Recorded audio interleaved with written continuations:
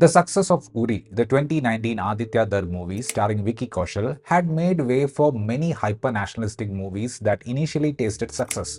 But eventually, they all faced rejection from the audience as they realized that the makers were just milking the sentiments. When I saw the trailer of the latest Akshay Kumar starrer Skyforce, which had dialogue like Tera Baap Hindustan and This Madness is Called Patriotism, along with ridiculously bad CGI, my expectations became really low about this film as I was expecting a yet another jingoistic film. But because of the trashiness of the numerous hate-mongering films that got released in the last 6 years, the groundedness of the second half of Skyforce really surprises you, and it's almost like watching a patchy Balaya movie that sort of respects gravity. I mean, you wouldn't expect that. So the story here is happening over a span of almost 2 decades, starting from 1965 to 1988. In 65, Wing Commander Kumar Om Ahuja and his team, which included TK Vijaya aka Tabby, carried out an airstrike mission against Pakistan after they attacked the Indian airbase and killed our soldiers. Even though the team succeeded in that mission, it came at the cost of losing Tabby, who was a backup pilot. With Tabby being in that missing in action status, it was difficult for Ahuja, who considered him as his brother, to face Tabby's wife.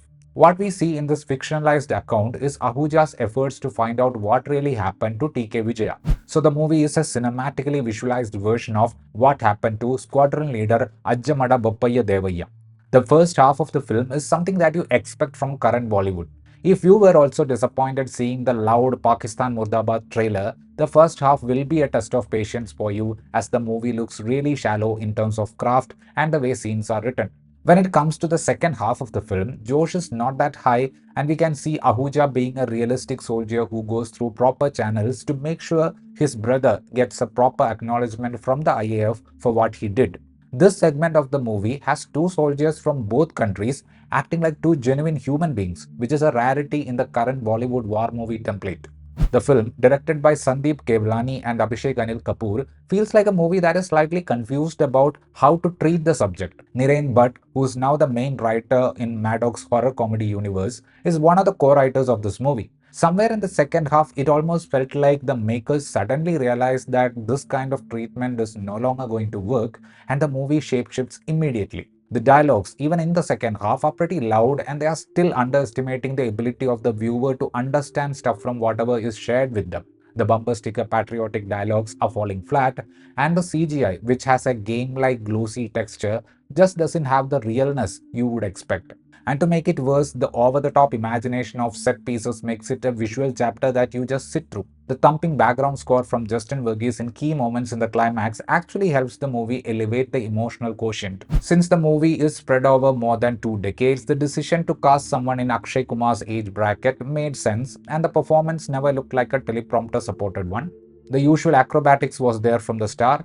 Debutant Veer, who looks like a no-brainer choice if someone has plans to do a Virat Kohli biopic, he is playing this disobedient, over-enthusiastic character in the most old-school manner. There was no power in the way he delivered his lines. When the credits happened in the beginning, it was shown that Nimrat Kaur's part was a special appearance. But when you look at the movie, she has more footage than Sara Ali Khan, who played the part of Tabby's wife.